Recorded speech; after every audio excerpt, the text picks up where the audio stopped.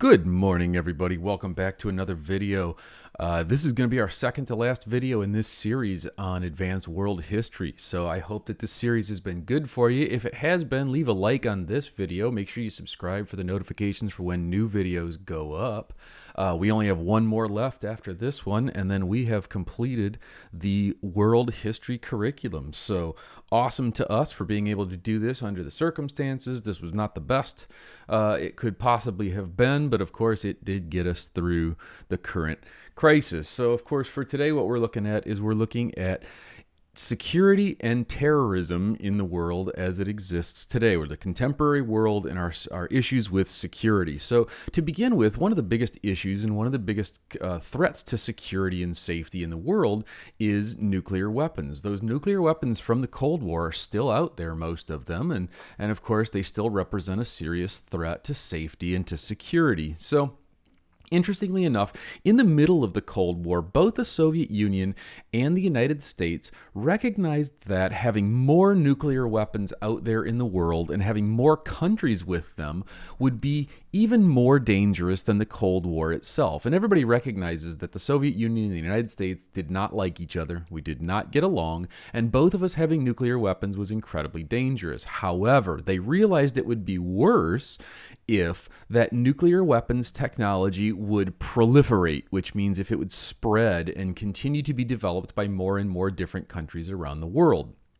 To that end, what we've seen is in 1968, the Soviet Union and the United States sat down and signed a treaty which was called the NPT, the Non-Proliferation Treaty, in which both of them promised to not help and to not allow nuclear weapons technology to spread to any further countries. And the Nuclear Non-Proliferation Treaty has been extended in May of 1995. It was extended indefinitely, so that means forever. Both Russia and the United States continue to make promises that say we will not facilitate the spread of nuclear weapons technology. And then, of course, later it got even further to the point where if you look at this particular map, there are some countries in the world, so for example, Latin America, all of Latin America, Africa, Australia, and New Zealand. Many countries that had developed nuclear weapons before, like Argentina or Australia, for example, decided that they really didn't want to be in a continued mutually assured destruction policy posture. And so ultimately what they did was, if they had nuclear weapons, they got rid of them. They took them apart, they rendered them inert, and ultimately they said, please leave us out of any nuclear war that you all decide to have at some point in the future. And so anything highlighted in blue there is what is called the nuclear weapons free zone, and again it's a region of the world that ultimately is trying to advance to a point where nuclear weapons are no longer necessary anywhere, but of course it's especially not necessary there because all of them have given them up completely and totally. So nuclear weapons proliferation, that's a big deal. The spread of nuclear weapons is a huge threat to international safety and security, and so that's really the first topic in this particular section. Problem number 2 for safety, security, and terrorism in the world is terrorism. After the war in Afghanistan ended in 1988, what we saw was a group, an organization, which are called extremist Salafists, right? They are Salafists, which means they're trying to get back to the traditional religion of Muhammad. They're going back to what they perceive to be traditional Islam.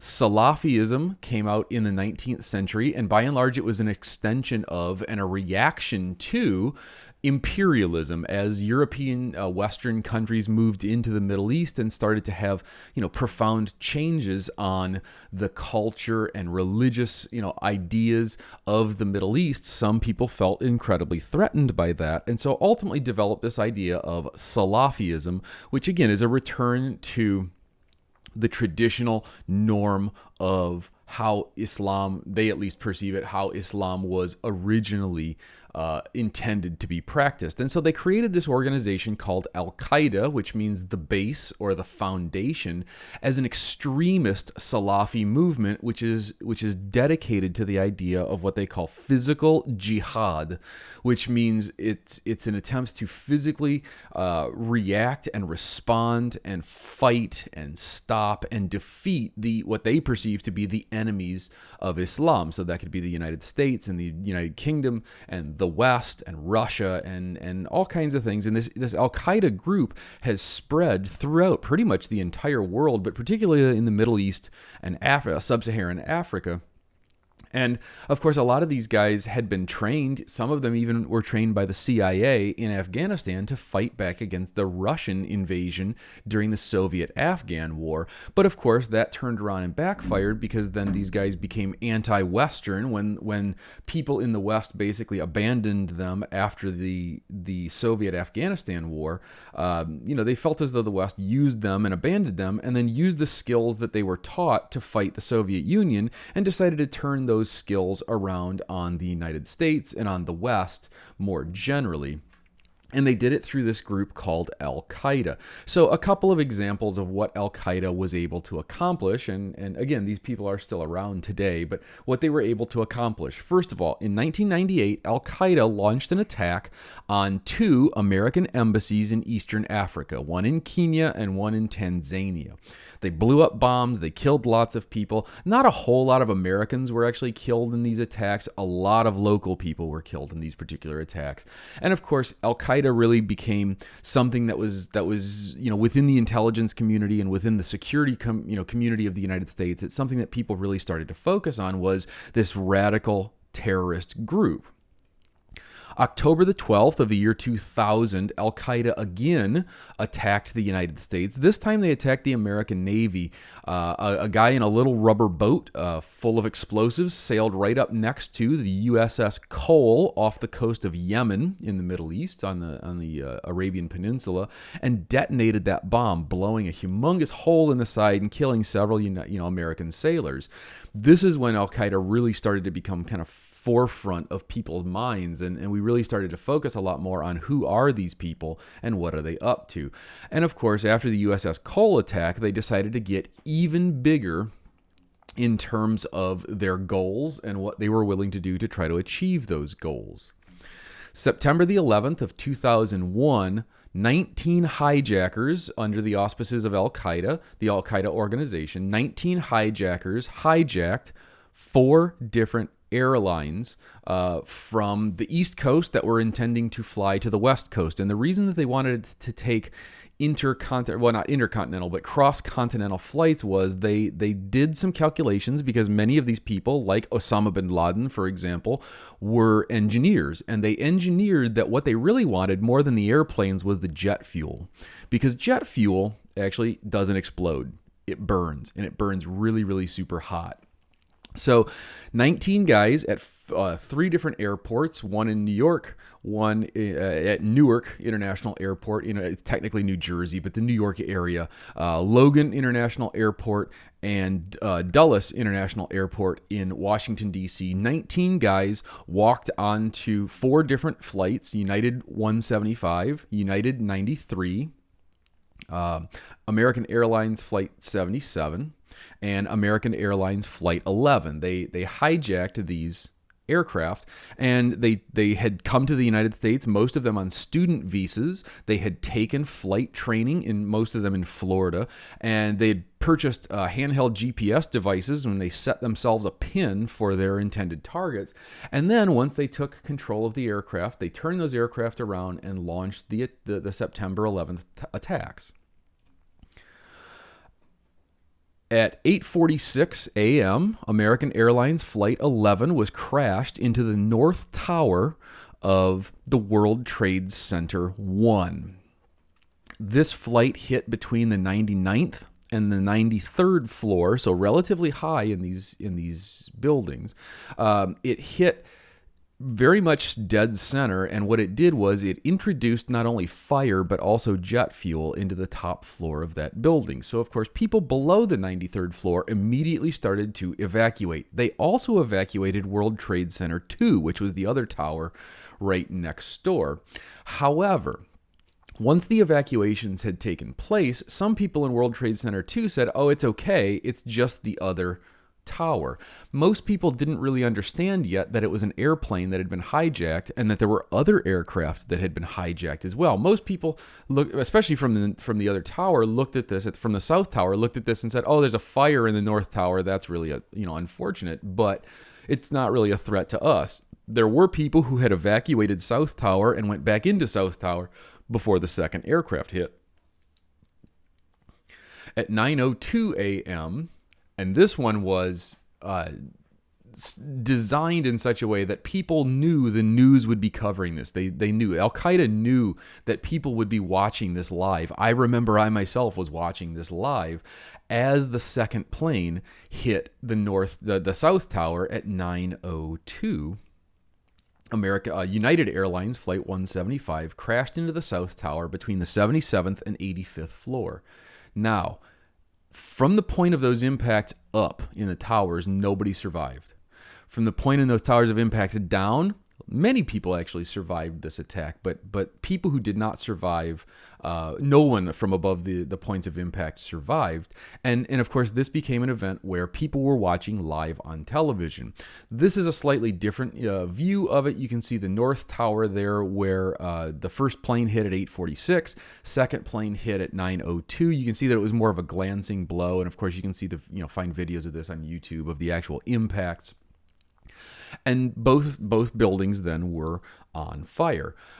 As the buildings burned, one of the really horrible things, and one of the things that stands out very much in people's memory of this event, was as those fires were raging, a couple of things were happening. Number one, police and firefighters were working their way up the towers to first try to extinguish the fires, of course, but also to try to rescue people who were trapped. And of course, we could see on television people, waving flags and breaking windows out and calling for help, and people were calling on their cell phones, talking to police and fire dispatch and trying to get rescued. However, as that process continued, of the firemen working their way up the towers, some people, of course, because it's hot and because, many of them started to lose hope, some people joined a group of people that we today refer to as the jumpers. People who could not wait any longer, people who were unable to wait to be rescued, and ultimately made the decision that they were going to end their lives and jump out of the towers, falling, of course, to their deaths. Now, the problem is, of course, because what we know happens to the towers afterwards, we actually don't have an exact count of how many people jumped out of the towers, but it was many, many, many people, chose to take this route rather than burning to death inside of that building. As this was all going on at 9:37 a.m., a third group of hijackers in American Airlines Flight 77 crashed a third plane into the western side of the Pentagon building. Now, let's take a minute here and let's talk about their target. So, World Trade Center was a symbol of American economic power. It was a headquarters for businesses and banks and international trade. Of course, it's called the World Trade Center. And really, that was an attempt to attack American economic prosperity and our economic dominance of the world. The Pentagon building in Washington, D.C., is a symbol of American military power. The Pentagon is the headquarters for the Department of Defense. And so the third aircraft, United 77, crashed at 9:37 a.m. into the western wall of the Pentagon building, setting the building on fire, killing lots and lots of people. Really, really bad.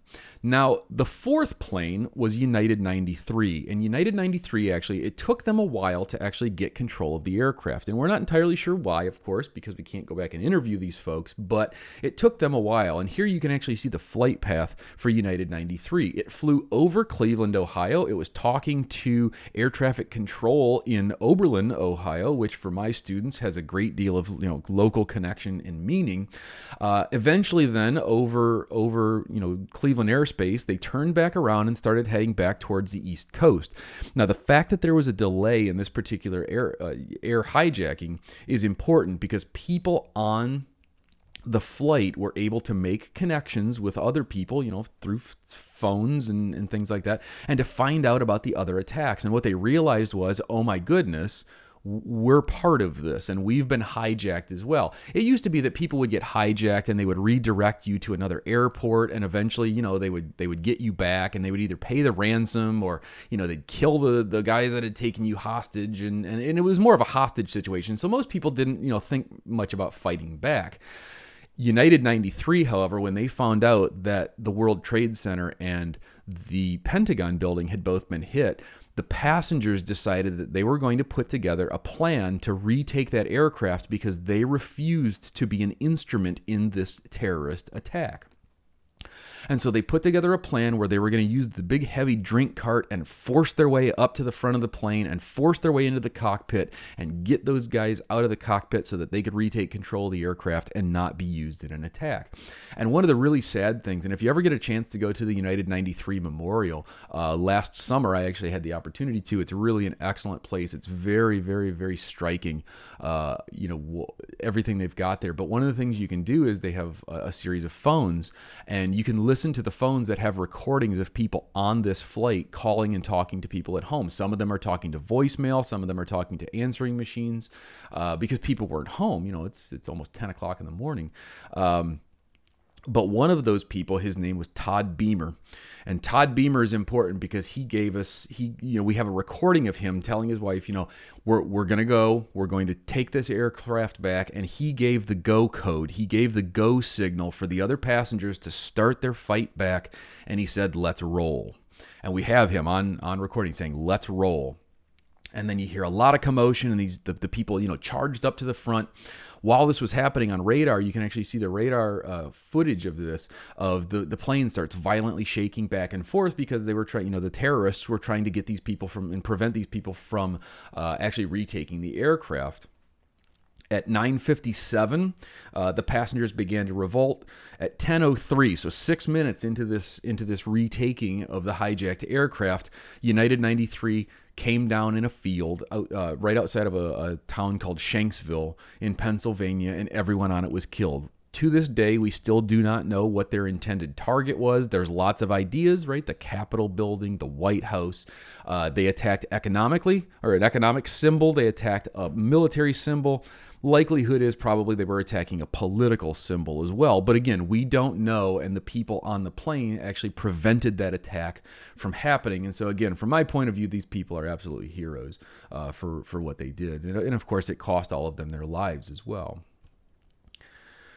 Shortly thereafter, what we saw was the intended goal of these attacks actually was not crashing the airplanes into the towers themselves. The intended target was to deliver that jet fuel and to start burning. The towers themselves actually, because they were concrete towers in the middle, and so basically it's like a huge reinforced concrete chimney running up thousands of feet into the air. It basically acted like a chimney, and it started sucking air up and generating huge amounts of heat and fire to the point where it started to weaken that structural steel. Now people say, oh, it can't melt steel at that temperature. Yeah, however, it can weaken it, right? And remember, the steel inside of this building is ultimately holding up that gigantic amount of weight of the building above it. So it's not about melting steel, it's about weakening the structural capacity of that steel. And there's plenty of good videos on YouTube of people that are heating steel up to show you what happens to its ability to withstand that. So, don't believe the goofs out there that tell you that this was an inside job or that this was it's all fake or any of that kind of stuff. They're a bunch of lunatics. And again, the evidence is out there. It's very, very simple to find. But at 9:59, South Tower, which was the second tower hit, but because it hit lower, because there was more weight above it, South Tower experienced a catastrophic structural failure, and the entire tower collapsed at 9:59. At 10:28 a.m., North Tower also collapsed, completely obliterating the entirety of the two towers, of the twin towers. When those two towers collapsed, of course, what you need to remember is the firemen and policemen and port authority officials and lots of other people who were inside of that tower trying to get people out died right along with the tower collapsing and right along with the people who were still stuck inside of that. Those rescuers, those heroes were killed as these towers collapsed trying to save other people. The aftermath of this was called Ground Zero. People working in it generally called it the pit. One of the really sad things, of course, is that when you pulverize two buildings like that, the cloud of crap that gets thrown up into the air is really, really super toxic. And a lot of these people were working in this environment without adequate protection. However, I mean, and the amazing part of this is they actually did find a lot of survivors. They found lots of people inside of this wreckage, underneath the building, you know, in basements and just in the wreckage itself. People were actually rescued from the collapse of this building, which is absolutely incredible, but it happens.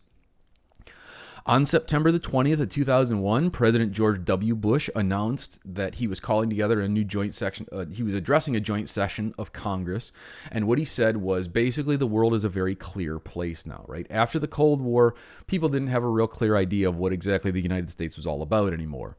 After September 11th, everybody knew exactly what the United States was about. And he drew a very clear line. He said, you are either with us or you're with the terrorists. It's us or them. The world is no place. We have no place available for people who commit this kind of atrocity against us.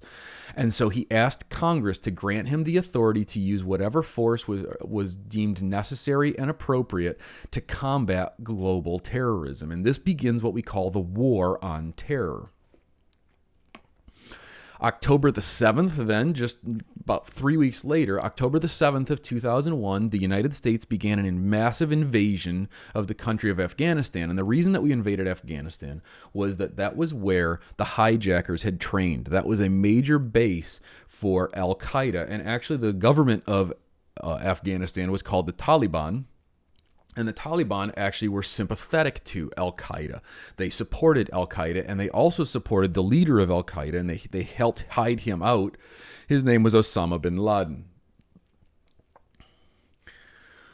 One of the primary missions of the invasion of Afghanistan was to get Osama bin Laden. However, bin Laden was hiding out in a place called Tora Bora, which is a very mountainous region, and also it's got cave networks that run for miles and miles. I mean, some of these caves will go 25 miles underground, with multiple entrances and multiple exits. And so, despite the fact that we were trying desperately to get him, he managed to exfiltrate. He managed to get away, and he hid out mostly inside of Pakistan and to evade capture by the United States and our allies.